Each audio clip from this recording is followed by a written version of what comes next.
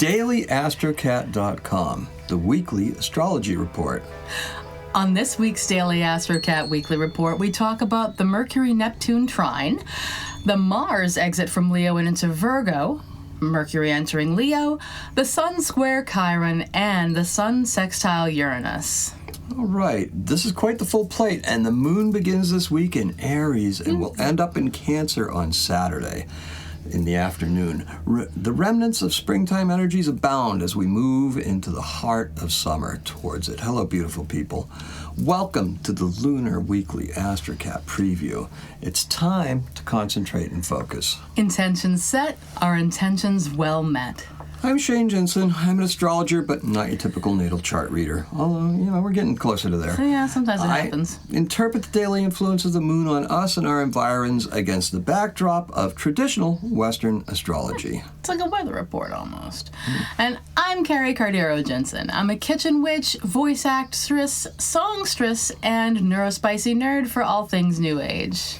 This week, we're going to dive into the deep end. Deep end? Right straight off, yeah. Goodness. Mercury in Cancer is in 120-degree trine with Neptune in Pisces. I know a bit about this, having my Mercury in Pisces trying to Pluto, trying to Neptune in Scorpio. Okay. First, let's talk about those planets themselves, okay? Yeah, sure. Yeah. Planet Nudo. Planet Nudo. That's right. Planet Nudo. If you can only see. To begin this discussion of Mercury in Cancer, we're going to turn to our resident Mercury in Cancer person, the native Carrie. Oh, I thank you. I kind of feel like we've already discussed this, but hey, repetition's another way of learning and practicing, especially when you're interested in astrology. Personally, I love it. But anyway, Mercury is the planet of the mind. Mental Mercury is all about thought and communication. Mercury also covers technology and transportation. Mercury governs how we go about making purchases, and it also governs the central nervous system. Communication is the key here. These Mercury properties, when Mercury goes retrograde, well, first thing to go are the words, right? Yeah. They come out wrong. Stuff also tends to break or become wonky. This is why we always say no new contracts, no large purchases, or no new tech items during a Mercury retrograde. And it's also worth repeating that Mercury is all about the present. Jupiter and Saturn are sort of the future planets. Mars is at the transition points, the beginning and the end. And Mercury, Venus, the Sun, and the Moon are all about the present. Present state of mind, present state of being, present state of everything. Look, hey, we're going to be thinking quick and moving quicker, okay? We're going to talk about Mercury because Mercury, if you pull a tarot card deck, the magician represents Mercury. Mercury is the magician. All of those Hermetic order of... Mercury, the Hermetic Order of the Golden Dawn, exactly. All of that stuff. Part of the allure of the magician is the adaptability that this card can represent. That is because Mercury changes signs quickly. For those of you who don't know him, he changes subjects rapidly and is at times totally random. But now, we're going to talk about how Mercury manifests its influence when in a water sign such as Cancer. Trying to get me caught up in your madness, are you? Changing subjects rapidly? Yeah. Yeah. Hey, look, the deeper you go, the more fun it is. Yeah. Tarot is an ancient game. It's medieval, as a matter of fact. And it's actually the second most popular card game in France That's today. so cool. Okay. It's actually, there's trumps and there's a point system that works with it. And amazing. Within the point system, now, it's funny because in the older ones, the magician is actually a sleight of hand guy. Oh, yeah? Yeah. So, that's part of it, too. Waite made it a little more ceremonial with the wand and stuff like that. But the magician is actually a performing magician with the sleight of hand stuff. Listen, in the game, kings and queens have the highest values, but all the other cards have a half point value, but there's trump cards, which are the major arcana cards. There are 3 cards that have the same values of the kings and queens. That's the Fool, the Magician, and the World. Okay? The beginning, the end, and the unnumbered card. The Magician is the card that I have a personal association with. if I just randomly handle a deck, I almost always can pull out the Magician. It's true. It always appears. And as it should, after all. Virgo is my ascendant, and that makes the ruler of my chart Mercury. Mercury in Cancer brings our present focus firmly into the past. We kind of hinted at this around the time of the solstice when we talked about how nostalgic this season is for many people. That's right. Everybody's gone surfing, right? Yeah, this is probably a bad idea around New England right now. Surfing with the sharks. Yeah, exactly. But anyway, the trine with Neptune provides us with just a little bit of psychic clarity because, Neptune's retrograde, so it's clear rather than this veil of Neptune-y things. Serendipitous events are more likely to occur, and their meaning will be much more easily understood by us. Okay, and because Neptune is retrograde, our senses are heightened, and the answers are much more readily available than they normally would be. That's right. It is this accessibility to these ideas, okay? These thoughts, these notions, these feelings, they're accessible now. Now the only question is, what ideas does Neptune and Pisces promote? Well, Neptune and Pisces influences return us to spiritual matters, empathy, and an emphasis on the imagination and creativity. The retrograde is passive and contemplative. There is a danger for excessive escapist behavior and a tendency towards idle daydreaming. This is where the Mercury trine comes in very handy. It's also important to note where the co-ruler of Pisces is at in our chart. That is right, and we're going to talk about the rulership of Pisces, and Jupiter is that co-ruler. That's the ancient co-ruler before they had fancy telescopes and stuff like that. This shades the chart in a practical and almost indulgent way because Jupiter is in Taurus. Now, we go back to our older school and original religions. Look around you for proof and confirmation of this. Creative ideas should most definitely be for profit. Yeah, because it's getting less and less common, it seems. On Monday, we'll get another jolt to the arm as Mars comes down to Earth in the sign of Virgo. Well, Mars entering Virgo, the practical Earth sign of Virgo will imbue our actions with a sense of practicality. Detail-oriented, logical, analytical, kind, hardworking, and loyal are some of the Virgo traits we could all use and we'd like to see in our actions. Mars will enter Virgo at 7:24 in the morning on Monday. Prepare to get even more motivated in the proper directions. Woohoo! If either Virgo or Mercury is prominent in your chart, this is a great time to upgrade either your tech or transportation. Yay! So, Mars, as the ruler of both Aries and Scorpio, yes, Mars, another ancient ruler, will have a big impact on our actions and decisions. We are definitely more motivated to take action, and this action is much more practical, detail-oriented, better thought out than we previously have been experiencing. Our love for things that are comforting will not be abating. In fact, it is going to be expanding. More comfy things, more function. Okay. So Mars begins opposing Saturn at this juncture. It's time for a bit of religious bias reform. What shape will that take over the course of the summer? It's not for us to speculate upon. There will be increased scrutiny over these types of institutions. The separation of church and state's currently just a concept. And then Saturn in Pisces is very interesting, and this is going to be opposing Mars and Virgo. Because these grand societal limitations, besides them, listen, on a personal level, we're best off to pursue a course of action that plays to Virgo's strengths. Logical pursuits, written communications, and good health are all great places to focus on, okay? Of course, these efforts are best made to advance our own interests. Be careful not to expend so much Virgo capital in areas that would only yield small and bitter fruits. So why is this happening? That's what you'll be trying to answer. It won't feel quite so obvious because water signs are as elusive as the fish that swim in the seas of Pisces. We need to know why, but we'll have to accept the mystery for what it is. That is, until tomorrow, when the ruler of Virgo, Mercury, switches signs. That's right. Mercury enters Leo. All right. Mercury enters Leo at 12:11 a.m. on the East Coast. That would be Tuesday. Yeah. Yeah. It's here where all of that intuitive work we've put into our creative infrastructure is going to pay off. Creatives I know are posting like all over various media social media platforms, media social, whatever. How your offering is going to transform. There's certainly some morphing that's going to be taking place. You should be changing with it. Where Mars is operating and acting within the realm of logic, Mercury is in new territory. Oh yes, the trine with Neptune means that Mercury is beginning to oppose Pluto.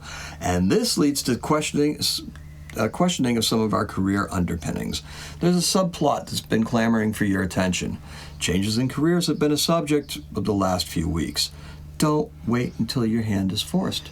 Oh dear. Play the hand that you have now. Heard that before, yeah. So, where do we begin?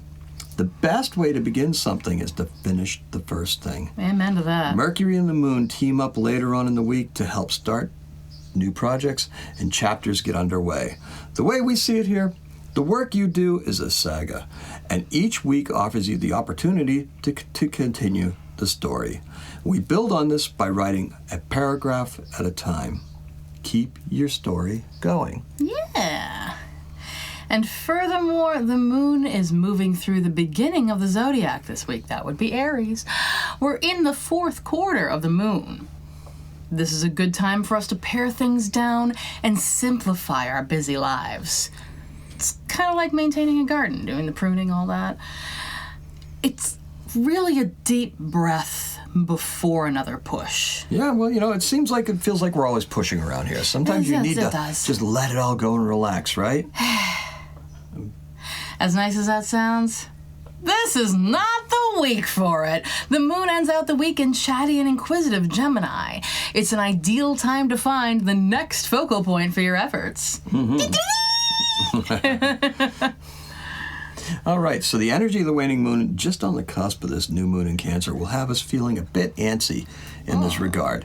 Listen, this change is coming, okay? You can feel it. There's something new welling up. There's something just around the corner, and this weekend coming up is the weekend to start searching for exactly what that is.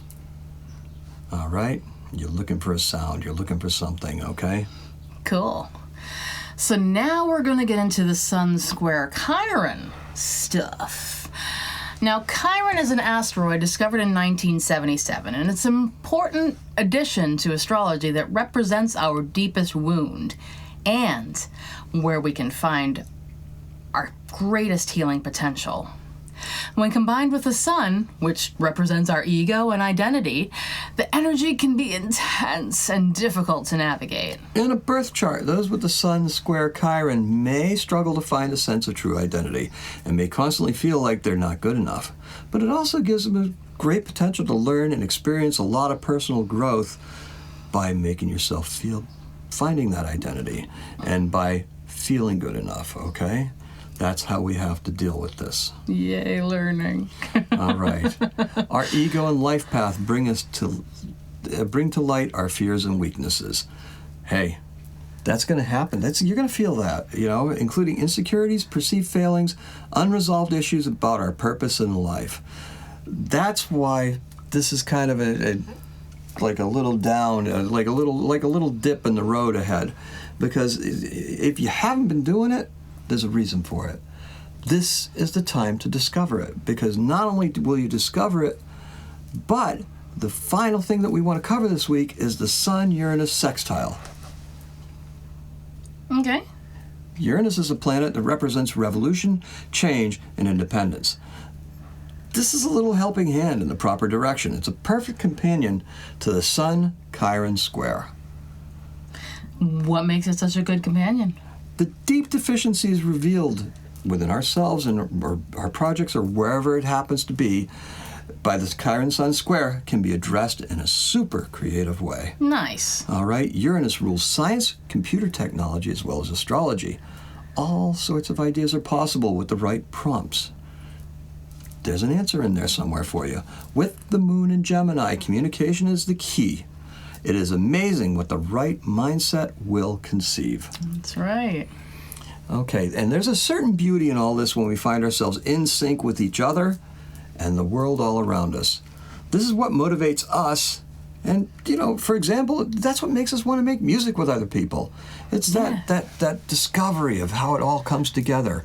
It's the same thing with any of your endeavors. Whatever you're doing, whatever brings people together, whatever brings you closer to what you feel like you should be doing, what your ultimate purpose is, that's what you want to be doing. Yeah, just rocking a vibe. Daily Astrocat's our way of discovering rhythms in the universe and connecting with the flows in such a way as to enhance the reach and effectiveness of our own choices and efforts. It serves as a vehicle for understanding potential strengths and weaknesses as well as preferences and aversions. If you know, then you know. You do know. All right, so that's going to bring us to our best days of the week. So, Yay. Carrie, what's the best day for love? The best day for love? That's going to be Monday.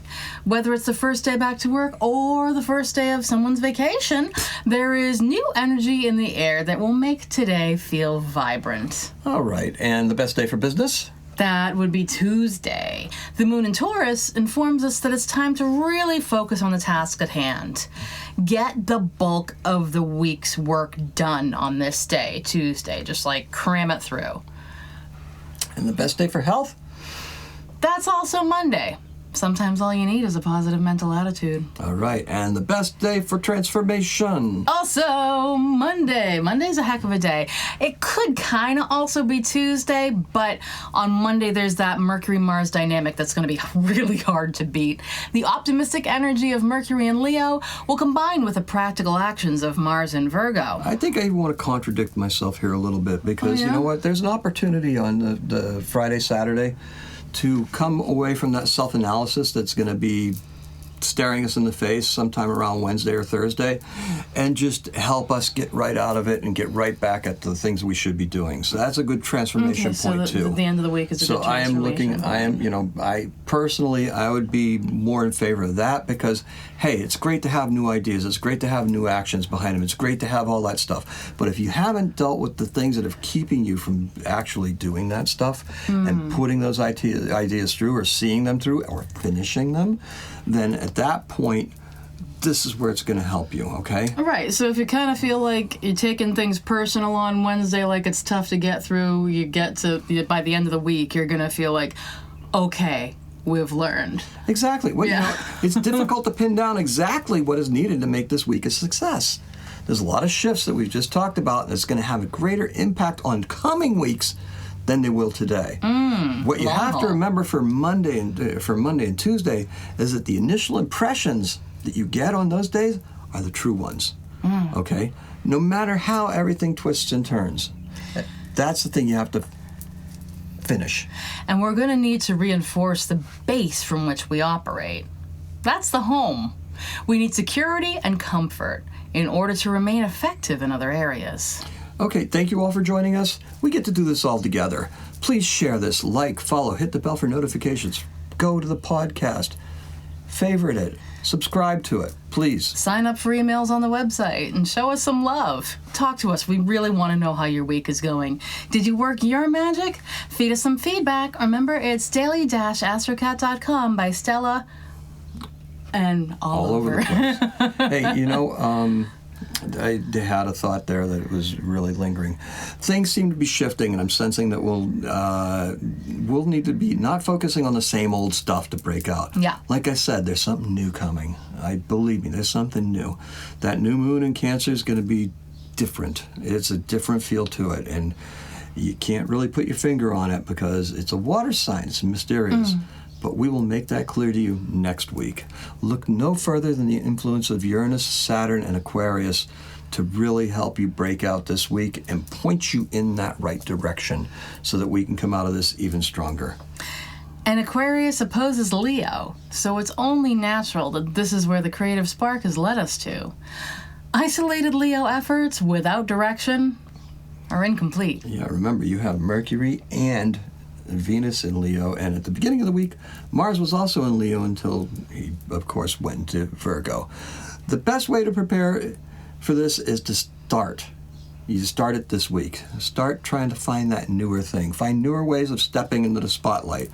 Find those different paths. Find those new vehicles. Okay, Mercury and Venus now occupy Leo, and the Sun in Cancer. That's going to have us feeling defensive. Ooh, just don't let that defensive attitude become a sticking point. You can't. Have faith in your work and your ability to see things through. Also have faith in your ability to transform along with all of this, okay? Because this is going to be very transformational. There's something different in the air, and you can't put your finger on it. I can't put my finger on it, but there's something there. Have a happy Astro Week. Happy Astrocatting. Okay, it worked over here.